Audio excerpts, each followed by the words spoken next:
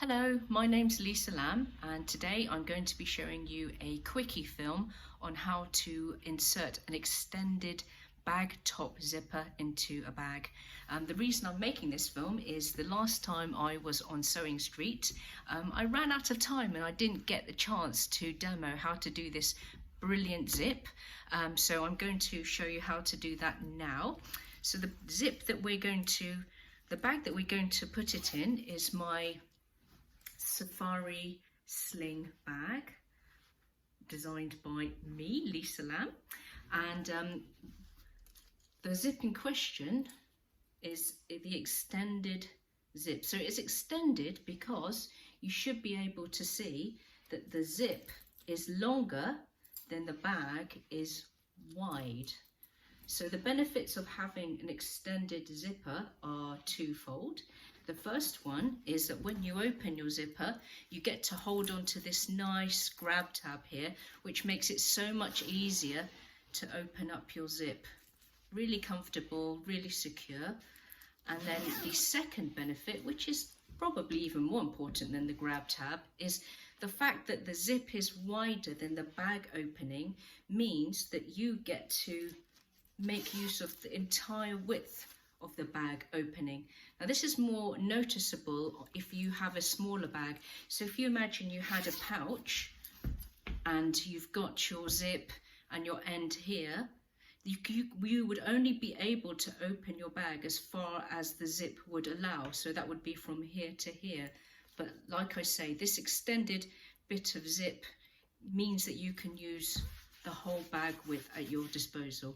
So I'm not going to be focusing on how to put the handle or the pocket on this bag or anything. I'm just going to show you how to do the zip today. So let's get started. So I'm using a size 5 zip, which is a really good size for bag making. Here it is.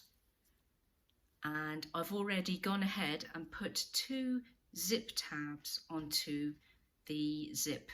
So the smallest one is the zip end, and the larger one, you can see if I put the 2 together, the larger one is my grab tab end.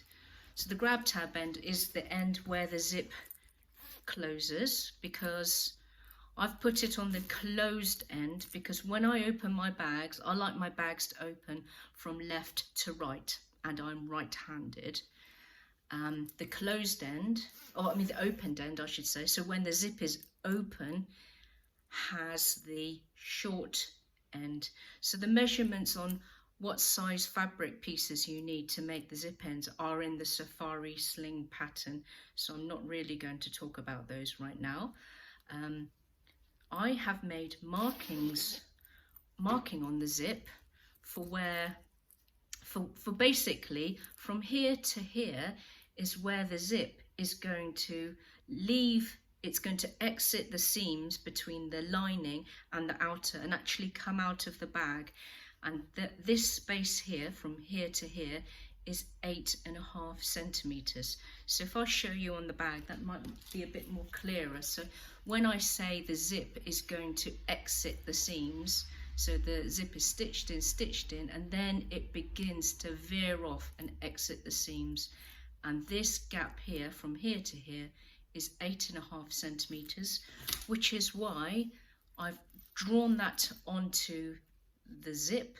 Plus also I've applied washable quilter's double-sided tape onto the zip from the zip tab edge all the way up to my 8.5 centimeter marking.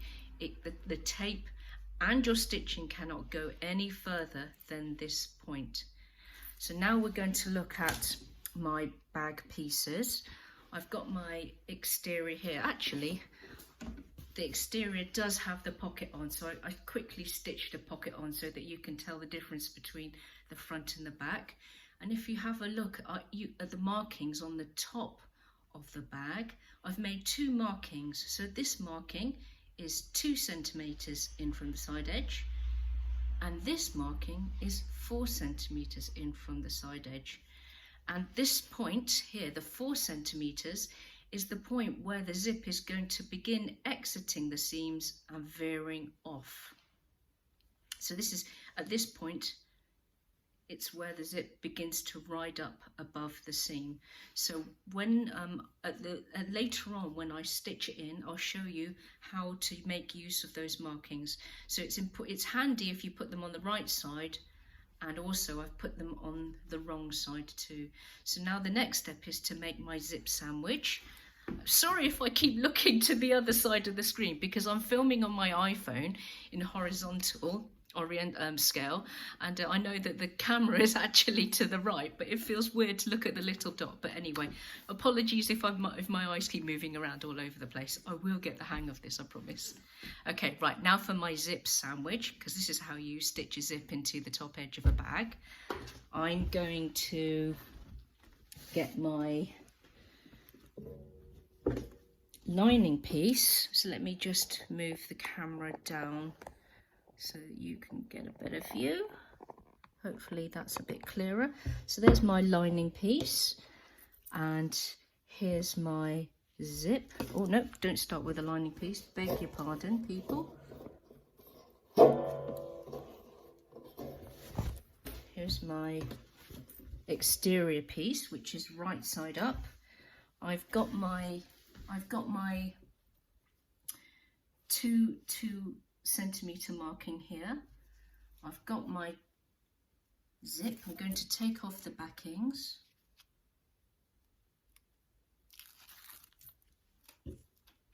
And then I'm going to have my zip wrong side up. And then I'm going to put the edge of the zip at my 2 centimeter marking. I do this on my bags because I don't like, when I'm constructing my bag, I really don't like having to stitch through the zip or the zip tape or anything to do with the zip whatsoever. So my seam allowance on the bag was 1 centimeter. This zip tab is 2 centimeters in. So when I finally construct the bag, I won't be stitching through any of the zip, which makes bag making so much easier. So that's why that's 2 centimeters in. So I'm now going to just apply the zip to the bag outer piece and stick it as far as the tape would allow.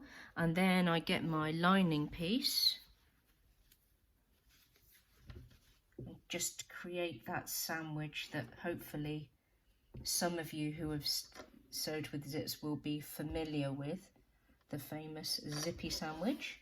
So I'm just going to lift away the corner so you can get a recap of how the zip sandwich looks. So you've got your outer fabric piece right side up, you've got your zip wrong side up, and you've got your lining wrong side up,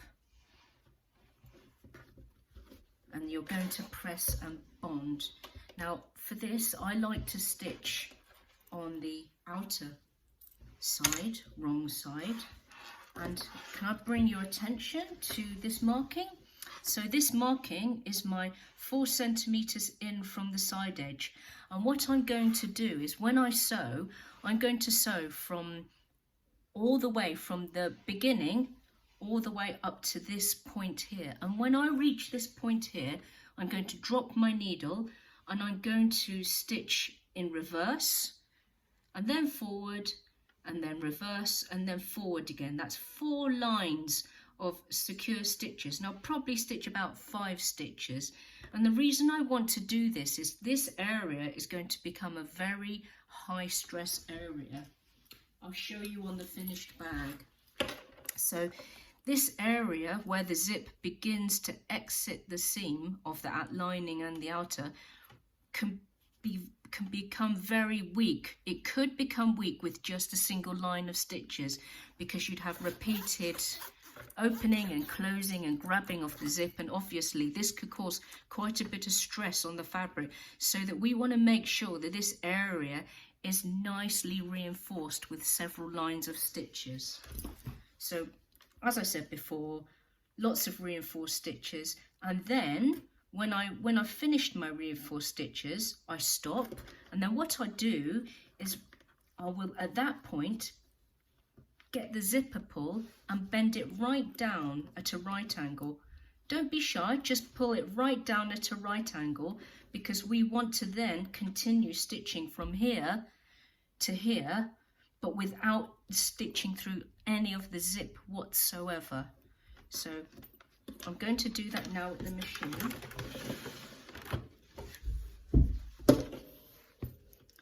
See if I can lift the camera up a bit. Okay, sorry about the glare. I do love my sewing machine. It's got such beautifully bright lights, but they're a bit glare-tastic for filmmaking. Okay, so I'm stitching with a size 5 zip, and the seam allowance, the ideal seam allowance for size 5 zips is 1/4 of an inch when you're stitching the zip in. You'll notice well, you may notice, no, you can't see really, I'm not using a zip foot. I do pretty much all my stitching with a walking foot, and I find that a walking foot works beautifully, even when you're stitching in zips. So as you might have seen, I began stitching from the very edge, and I'm just stitching along in a straight line. Just make sure I've got all of my layers together. Stitch her in a straight line. I'm going to slow down a bit now because I am approaching. Let's see if I can.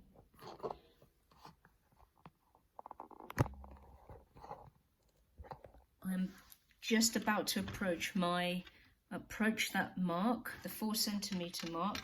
So there's no shame at all in, as you're getting close, beginning to hand crank, because we really must stop our stitches at that 4 centimeter mark. Okay, right, so there I am. So now I'm just going to reverse about 5 stitches. Doesn't need to be exact, but approximately 5 is good, and then stitch over that line again. So that's 2 passes, another reverse, and okay, right, so I'm ready to continue stitching all to the very end, but I must not have any of the zip in that path of stitching. So I just take my zip tab. You can see I've pulled it right down, right out of the way at a sharp angle, and you can be firm with that because you've stitched in a lot of reinforcement stitches, so you can be as firm as you please to make sure, and then that way you'll avoid stitching through any of the zip as you continue to stitch all the way through to the end.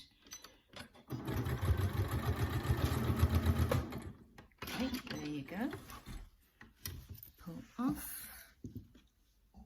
Just going to lift up the camera. So let's show you what that looks like. I'm just going to put all the layers to the right side.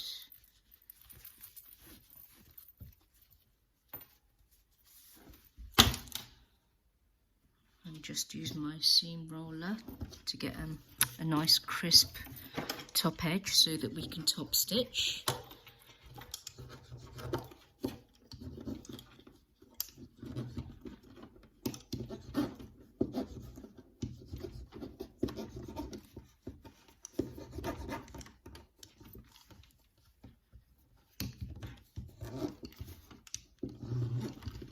And then always remember that when you're pressing your zip top edge, be sure to make sure that the lining side and the outer side is properly pulled down. When I say properly pulled down, none of the fabric is riding up over the seam, because that you don't want to be sewing that in. I did that yesterday. By the time I realised it was too late, it's really annoying. So yeah, double check that your lining side and your outer side is nice and crisp at the top edge because, well, it looks good. There you go. So this is what you should be left with. So there's my lovely 2 centimetre gap on one end, and at the other end, see, you can see that that's the bagged in seam there, all nice and bagged and crisp, but the zip about 4 centimetres in from the edge begins to exit out of the seam, which is exactly what we're looking for. And right now I'm going to top stitch that in, and then I'll quickly do the other side so that you can see what it looks like on both sides.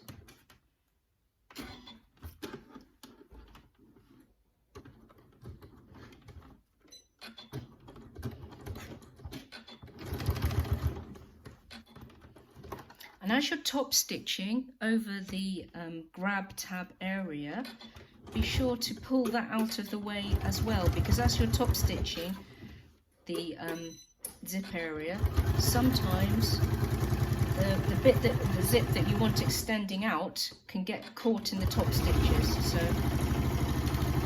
as before, always make sure that that extended bit of zip is out of the way of your needle as you top stitch.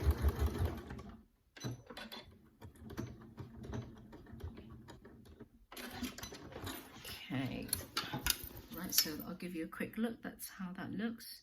And now I'm going to quickly, as quick as you can, stitch in the other side. So I will put some tape again onto the zip. So I've on my 8.5 centimetre marking in from the edge of the zip. So that's where the tape goes on the zip right edge.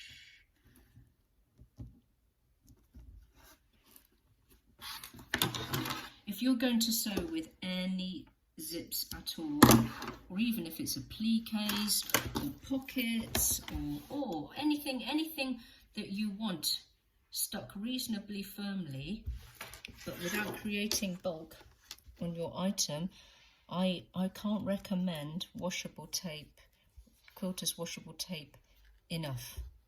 I usually buy it by the truckload. And a good tip, if you do use it, is to store it in one of those sealable grip seal bags, because if it dries out, the stick doesn't work nearly as well. So I'm just making sure on here that I make sure that I don't tape all the way to the other end. So there's my tape on that side. And remove the backings.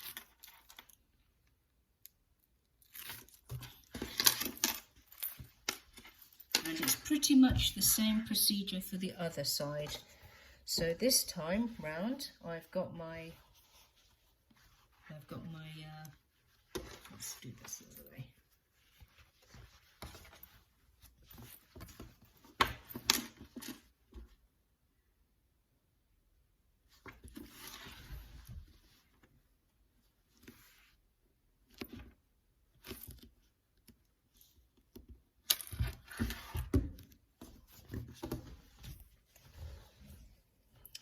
So that's one layer of the sandwich done. Do the other layer of the sandwich.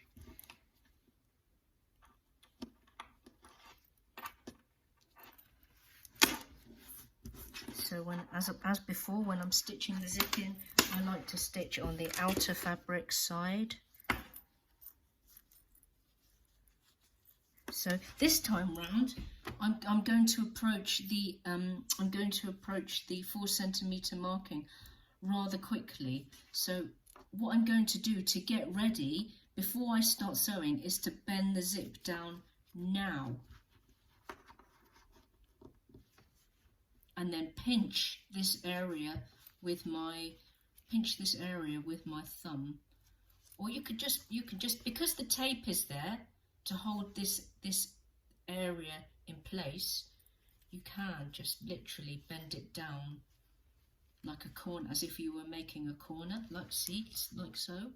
I've just bent it down out of the way, and then I can just squash these layers together like that, and then I can just begin sewing from here to here, and then when I get to here, do my forward and reverse stitches, and then I will just continue straight to the very edge.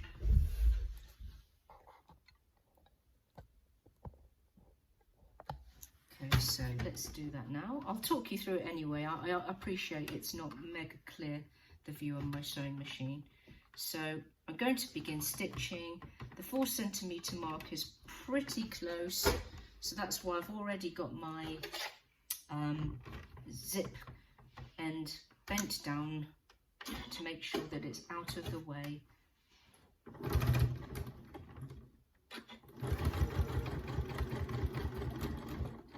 Right, so now I've already reached my 4 centimetre marking, and then I'm going to stitch 5 stitches or so, 1, 2, 3, 4, 5-ish, then reverse again, back to that 4 centimetre mark, and I'll do that again, and another time for luck. Oh, come on, the bobbin thread's beginning to run out, come stick with me, it's another bobbin roulette situation. Right, and now that I've done my reverse reinforcement stitches, I'm just going to stitch all the way to the end.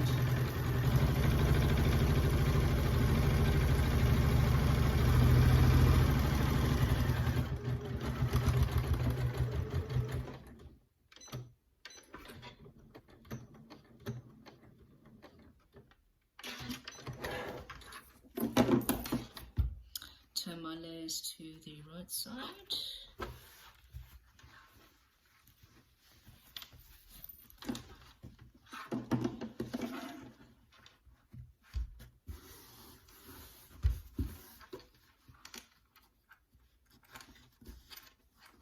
And I won't bring that up to the camera now. I'm just going to go right ahead and top stitch the other side in, and then I'll give you a clearer look of how the 2 sides look when they've been done and they've got an extended zip inserted. Okay, so I'm just going to do the top stitching now.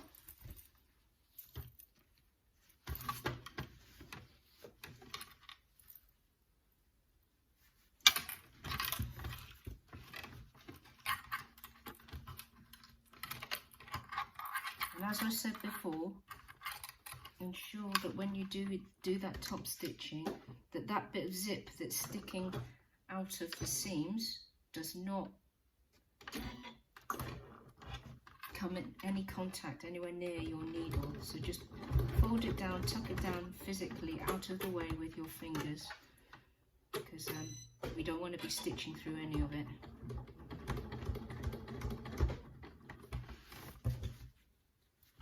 And then when you're confident that it's not going to be stitched over, the zip isn't being stitched over, you can go faster.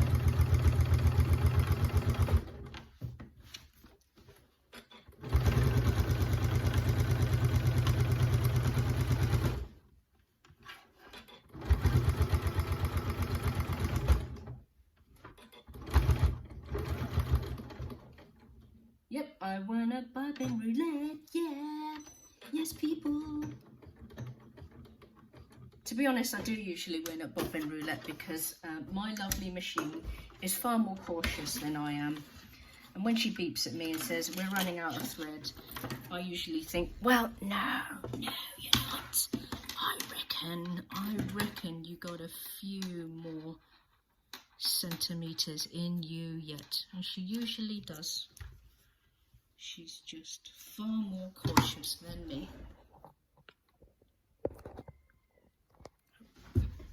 Okay, right, so that's done. So, as you can see, we've got our zip stitched into the top of the bag. That's what the open end looks like. And this is what the extended zip coming out of the seam looks like. And then it's pretty cool, isn't it?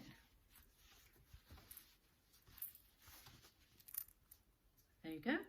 So then when the rest of the bag is, if ever you've made a zip pouch before, usually involves putting the outer layers right sides together, and then the lining layers right sides together, and then sewing in a big rectangle all the way around your bag or your pouch or whatever, leaving a turning gap and making sure that your zip is open, of course, and then boxing your bottom if that's what you're going to do, and then you should be left with something that resembles this,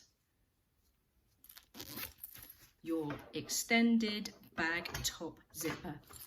I hope that was clear. If it wasn't clear, feel free to ask me any questions that you might have on my Sew Lisa Lam chat group or my YouTube channel. So just look me up on Sew Lisa Lam, tag me, and I'll be more than happy to answer any of your questions, or even if you have any ideas for films that you would like me to make. So I'm all for making short quickie films because I have to do everything in between the school runs. Anyway, I really hope that was useful. I enjoyed filming this today, and I hope to see you soon. Bye!